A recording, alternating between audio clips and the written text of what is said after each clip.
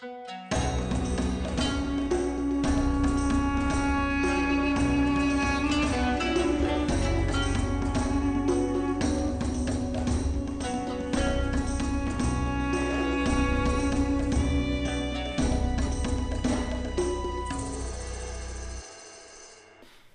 gamers, this is Liz Davidson from Beyond Solitaire, and this week I'm going to be reviewing Heading Forward. This is designed by John Dubois and published by Hollandspiele. I will disclose this is a review copy, and also Amabel and I are personal friends who have been on several podcasts together and stuff like that. So take that into account as you watch the review. All right, so this is Heading Forward.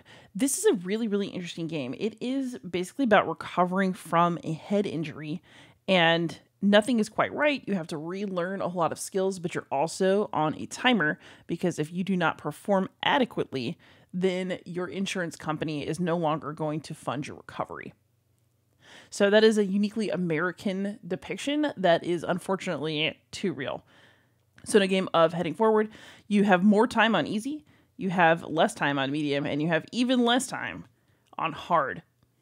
And essentially this day is going to progress each time you go through your deck. In order to get your insurance to keep paying for you to keep getting better, the goal of the game is to fully progress 3 different skills across 3 different areas in the game. So this is a base deck that has all the level 1 and 2 versions of these cards, but then you're going to keep upgrading until you get to 3, 4, and then you'll eventually have to pay up the resources to complete one. And you do that 3 times total in order to win the game. So I'm just going to walk you through a little bit more setup and then a turn so you can see how the game works. So this is the trigger card. Basically, there will be one skill that particularly upsets you or is challenging for you. And so you just kind of draw the first card off the deck to figure out what that is. Oh, it's driving. That's actually true for me. I do have a driving phobia. That is my trigger activity. So how thematic. So we're going to put driving over here. And then whenever we draw the trigger card, we're going to have to immediately expend the resources we need to do the driving activity, but we won't actually get to get any of the rewards for the card. Because when you're triggered, it's just, you just have to do enough. So we'll shuffle the trigger card in, and then we're going to draw 3 cards off the top of the deck. Okay, so we have Generalize, Family, and Attention. And basically what's going to happen is we are going to use the resources that are at our disposal to try to progress one of these cards, but we can't do them all because we just don't have the resources to do it. So basically what will happen is in order to do something with one of these cards, we're going to need to pay the resource cost. So this box that says expend tells us what we need to expend in order to do the skill. There are a few different resources in the game. One is care, so it's the little hearts. One is time. Those are the hourglasses. You have spoons, which just kind of represent the amount of emotional and mental energy that you've got left to do anything today. And then you've got money, which is, of course, scarce, as it always is. So basically, in this case, we can only do Generalize or Attention because we need to spend the care that is on Family to do one of these other cards. So basically what will happen is, let's say that I want to do Attention. I want to work on paying attention better. So in order to do that, I have to expend a spoon. So that's used now. I'll expend one of the hearts on one of my other cards. So let's say the one for Family. There's 1 heart on here. So that goes to discard. This card won't get used at all. It's just going to go to discard. But we've spent the resources to do the achieve action here on Attention. And in order to progress the card, we only have to do the achievement. So we'll flip it so that it's now level 2. Now that it's on level 2, all we have to do to expend this card is spend a spoon. It lets us remove 1 card from our hand from the game, which is kind of interesting. And then we can progress it by spending a care.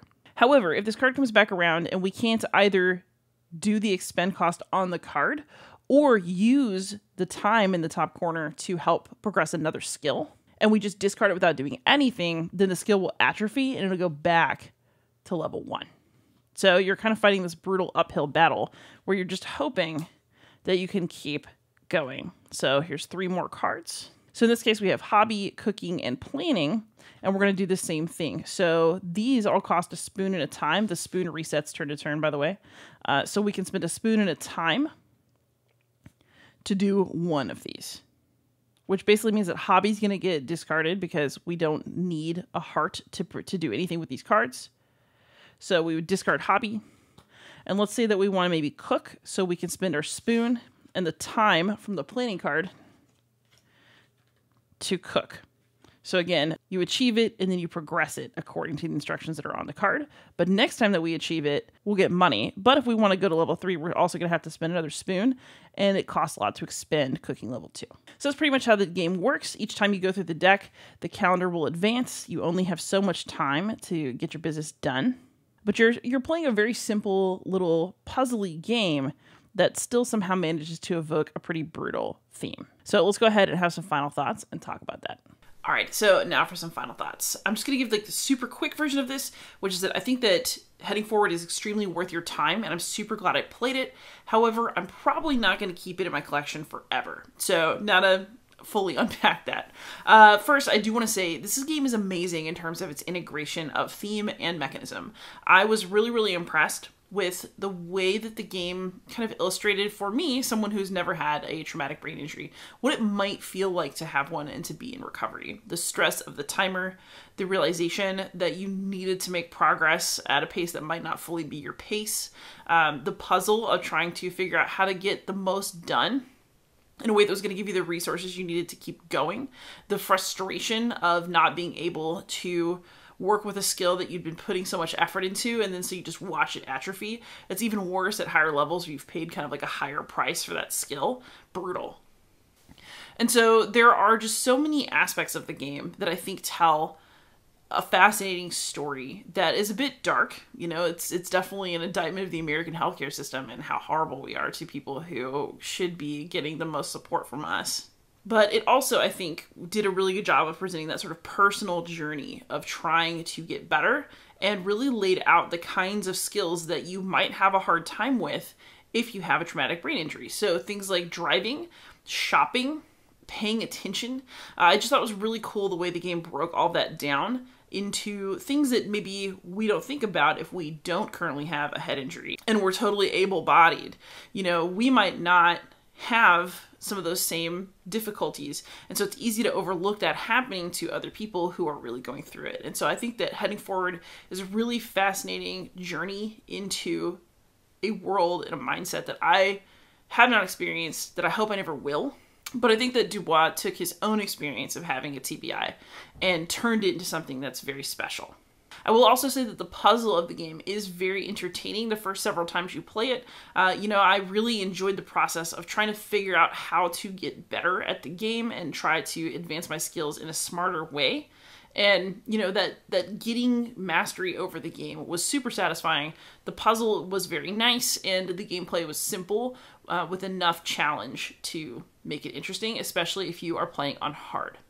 That said, my enjoyment of getting better at the puzzle also eventually kind of led to this game losing its efficacy for me, theme-wise. And so that's one thing that's sort of interesting about this one. Usually I say that a game is better the more times you play it. I would say that in terms of understanding the theme, Heading Forward is probably actually the best the first couple of times you play it, because you truly are in the fog, and so you're feeling what you should feel based on the game's theme. The more you play it, the more you remember about which cards and which skills you kind of need to manipulate and focus on in order to get the resources that you need. So you know, oh, if I develop this skill, I'll get the resources I need to develop that skill. And, you know, because you are not cognitively impaired, the more you play it, the better your memory of the game gets, the more simple the puzzle becomes for you.